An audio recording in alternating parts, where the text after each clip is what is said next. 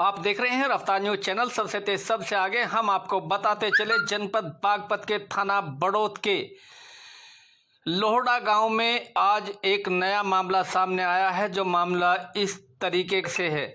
सागर शर्मा पुत्र जगमोहन शर्मा फौजी का बेटा है। जो जगमोहन शर्मा वे कानून के रखवाले हैं, जिसमें उनका पूरा जीवन देश की सेवा में बीत गया। और इनका लड़का सागर, जिसमें मामला यह है कि सागर के साथ गांव के ही कुछ लोगों ने घात लगाकर 24 जनवरी को जानलेवा हमला किया था, जिनका नाम सुखराम पुत्र नाहर सिंह, सन्नी पुत्र श्रीपाल है, सिंह मनीष पुत्र शुक्रपाल, अभिषेक पुत्र कंवरपाल, टिंकू पुत्र अजिंदर, सौरभ पुत्र सुमेर है। जिसमें कि सभी उच्च अधिकारियों को शिकायत पत्र दिए जा चुके हैं, पर अभी तक कोई भी कार्रवाई नहीं हो पाई है, ना ही कोई आश्वासन दिया गया है। हम आपको इस वीडियो के माध्यम से बताते चले कि परिजनों ने क्या क्या कहा।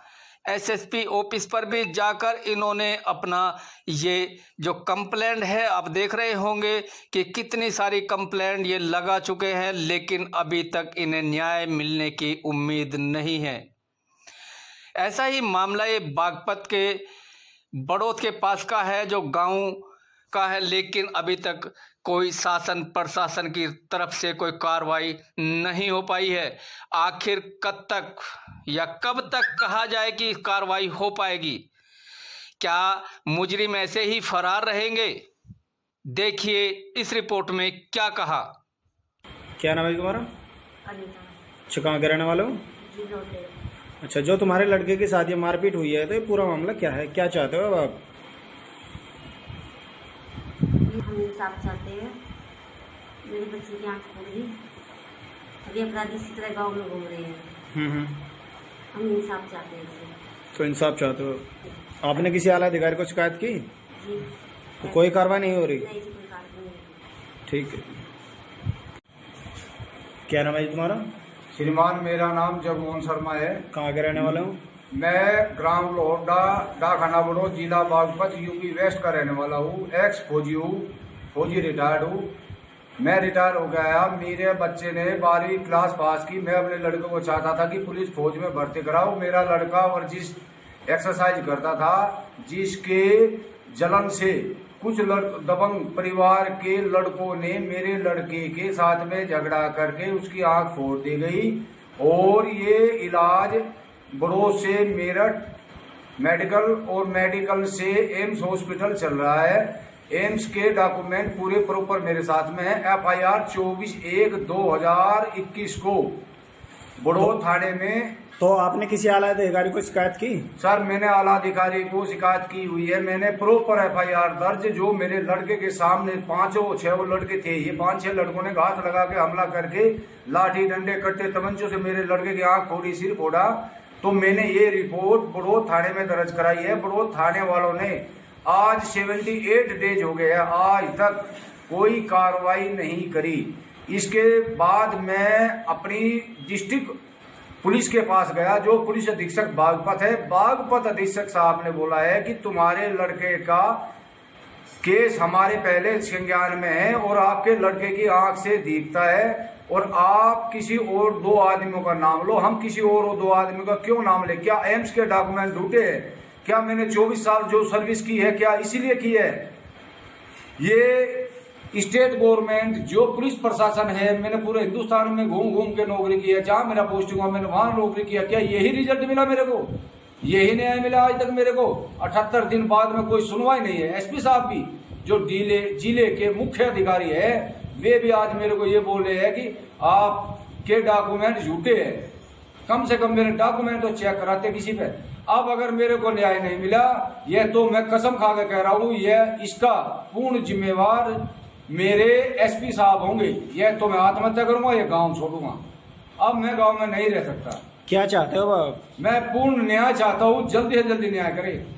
अगर गांव में पुलिस अधिकारी है, वे क्यों नहीं न्याय कर रहे हैं इस चीज का? अभी बोले इंक्वायरी चली, ये चलेगा वो चलेगा, 78 दिन बाद में ये क्या हो रहा है? आज तक न्याय क्यों नहीं हो रहा? अगर वे विपक्ष पक्ष इतना तगड़ा है, इतना मजबूत है, बाहुबली है, गांव में खुलेआम घूम रहे हैं, धमकी दे रहे हैं अगर चुनाव में हम जीत गए तो आपको काम से भगा दिए जाओगे, मार दिए जाओगे। क्या यही न्याय है? यही योगी राज की सरकार में हम जी सकते हैं? ब्राह्मणों के लिए यही उचित है? या आत्महत्या करें, हम जहर खाए, गांव छोड़े, क्या करें? हम कहाँ जाए? एसपी साहब बताइए आप हम कहाँ जाए? हमको न्याय मिलना चाहिए। अभी तक 78 दिन हो गए, 78 डेज। अगर इस तरह हम बॉर्डर पे रुके रहे कि रुको दुश्मन, हम आ रहे हैं खाना खा के, या 4 दिन बाद में आ रहे हैं, जब तुम आना तब बॉर्डर पर क्या हाल होगा? ये तो मेरे घर का मुकदमा है, घर की बात है। घर में आके मेरे लड़के को ऐसे मार रहे हैं, क्या मैं अपने लड़के को बचा नहीं सकता? क्योंकि मैं कानून से बंधा हूं, गलत कदम उठा नहीं सकता, कानून मेरा काम नहीं कर सकती। किसके पास जाऊं, किसके पास रहूं? मरने के अलावा क्या काम? आज मैं बागपत एसपी ऑफिस पर जाऊंगा। जो भी नॉर्मल आदमी है, सामाजिक आदमी है, उनको लेकर के जाऊंगा, रिक्वेस्ट करूंगा। एसपी साहब अगर फिर भी नहीं मानते तो मैं ये तो आत्महत्या करूंगा, फिर मैं गांव छोड़ दूंगा। और ये काम एसपी साहब जिम्मेवार होंगे, मेरे केस के खुद एसपी साहब जिम्मेवार होंगे। 78 दिन बाद भी क्यों कार्रवाई नहीं हो रही? मुझे जवाब चाहिए। ये बात मेरे सीएम योगी साहब तक पहुंचनी चाहिए। जो यूपी के चीफ मिनिस्टर माननीय श्री योगी आदित्यनाथ जी, मुख्यमंत्री जी है, वहां तक पहुंचनी चाहिए मेरी आवाज। क्यों नहीं न्याय मिल रहा मुझे अभी तक? ऐसा क्यों? क्या यही समाज है? यही प्रशासन है? यही उचित न्याय है? क्यों नहीं कार्रवाई हो रही? तो एसपी साहब ने क्या बोला अब आपको? एसपी साहब ने ये बोला है आपके डॉक्यूमेंट में झूठे हैं। क्या एम्स के डॉक्यूमेंट झूठे हैं? एसपी साहब बोल रहे हैं ये डॉक्यूमेंट झूठे हैं, आपके लड़के को दिखता है। और मैं चैलेंज के साथ कहता हूं अगर मेरे लड़के को दिखता है तो मैं केस आज ही वापस ड्रा कर लूंगा। मुझे कुछ नहीं चाहिए, मेरा केस भी ड्रा हो जाएगा। एम्स के डॉक्यूमेंट भी झूठे करा दिए। और क्या भगवान के पास जाऊं? कहां मिलेंगे भगवान, मुझे बता दो। और इनको खुद सोचना चाहिए, इतने बड़े अधिकारी होकर के ऐसे शब्द बोलते हैं। कहां जाऊं मैं, कहां? मेरे लिए मरने के अलावा या गांव छोड़ने के अलावा कोई रास्ता भी नहीं है श्रीमान। अब बताओ मैं क्या करूं? ठीक है।